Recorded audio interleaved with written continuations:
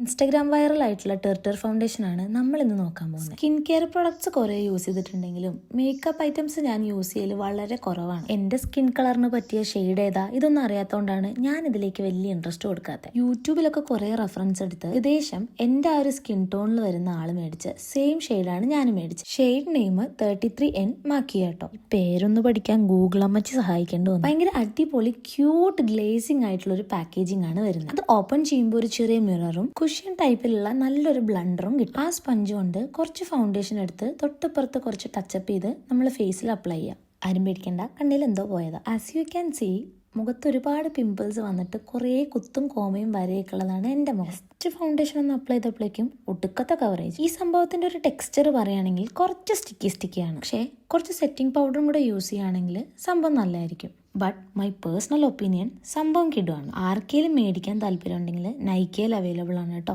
ബാക്കി നാളെ.